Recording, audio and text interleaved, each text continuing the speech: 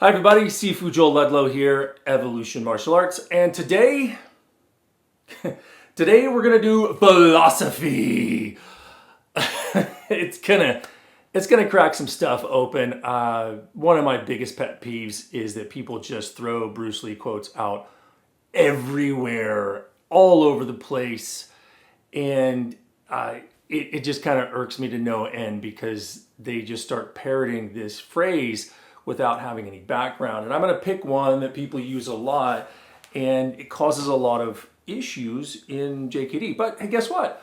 This is going to apply to you for any martial arts you do, and really outside of that as well, because the quote is: absorb what is useful, discard what is not, and add what is uniquely your own. Now, I'm going to go into a couple of things on this one. So the first one is right off the bat, Bruce Lee is talking to a martial artist. He is talking to an individual for their own personal journey. He isn't talking to an instructor. So a Sifu like me, I can do that as a martial artist, but as an instructor, Joel, coming in to teach a class or a private, that doesn't apply. That's not my job. And I feel as though that has been done by a great many martial arts instructors out there, JKD or otherwise, where they're not teaching everything. And, I don't know why they do it. Maybe they wanted to do it and, hey, great, go do your thing, I guess. But for even the individual, I think there's something in there. So absorb what is useful. That means you have to actually absorb it, not just do it a couple of times. I'm going to do a jab. Okay, but did you actually absorb that movement? Did you challenge it? Did you explore all aspects of that movement, whatever it was? Did you truly absorb it? That's a good question. And something you should reflect on, whether you're doing martial arts or sports or anything really. Are you really absorbing the technical, the skill itself? Are you absorbing that and all facets of that? And I think that's a really good thing for you to look at, to absorb all of those things.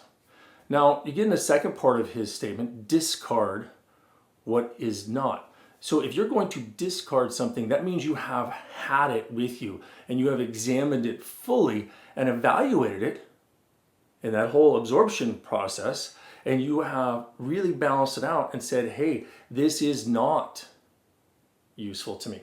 I am not going to be able to use this, or I don't like this, which goes and gets us to our third part. Add what is uniquely your own. That's really not adding in like, hi, I made up a new technique. It's the Joel, I don't know, whatever. That's not what it is. It's the individuality. It's how you express something.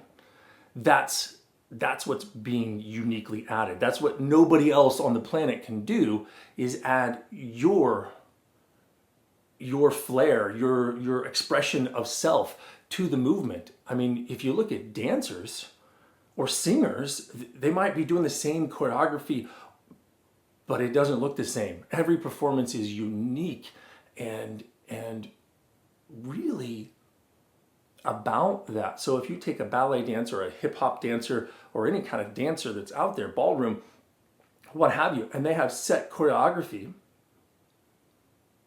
that means anybody can do it. Same thing as if I'm going to do jab cross. Anybody can do it, but it's the uniqueness of the person doing it, how they express it. It's going to come across differently because our bodies are different. Our minds that power that body are all going to be very unique.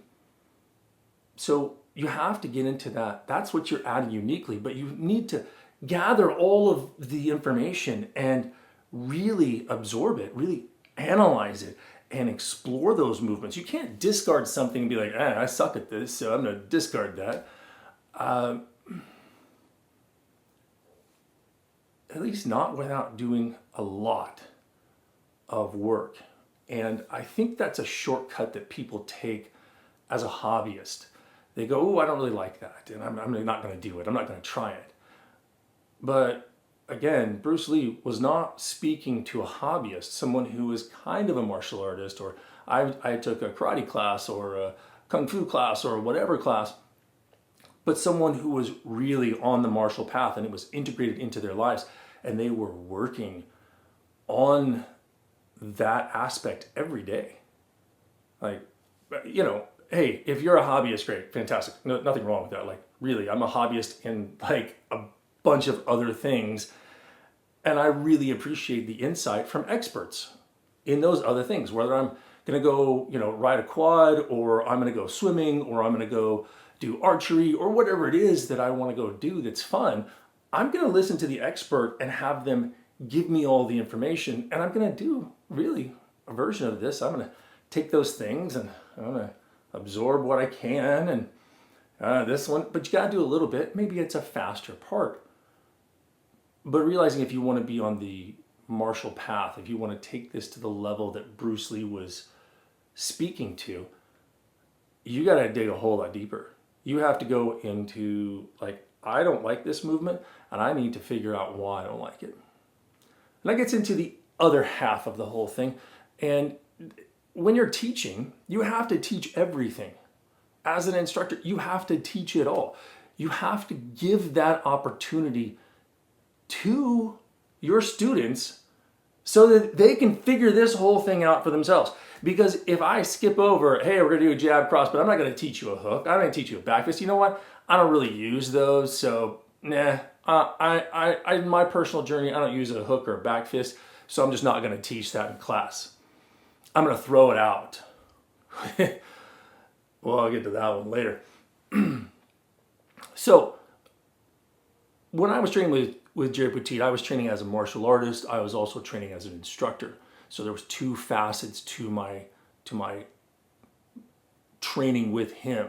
And I did this over 4 years. And during that 4 years, I was also training with other people in other martial arts or other martial systems or whatever you want to call them.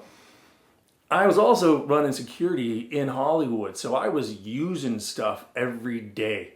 Not every day, but every day I went to work pretty much. Had something to some level. I was applying physical, mental, strategic, all the above to intercept people from going off the rails and, you know, causing a bad night for everybody. And I'd often bring those in to Jerry and to my other instructors, and we'd go through those things. So I was using this stuff all the time, and I was growing as a martial artist. But then I had to learn how to teach it as well, and I was teaching at this time. Also, so I would go to work, go train, go teach, and work, train, teach, all that stuff all the time. For about 4 years I was doing that. And with Jerry, I was doing it before with other people. And then I moved and opened up my own school.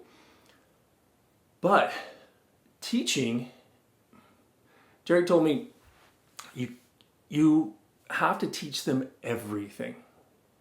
And it doesn't matter how good you are at it. So I'm not very good at a hook or a back fist, we'll say, right? Jab, cross, yeah, I love them. Hook, back fist, I don't really like them. I still need to be able to teach those fundamentals to my students because they might be really, really good at hook and back fist. That might be their jam. They might take it further than I can, which makes me think that a lot of the instructors out there are really teaching to protect their egos.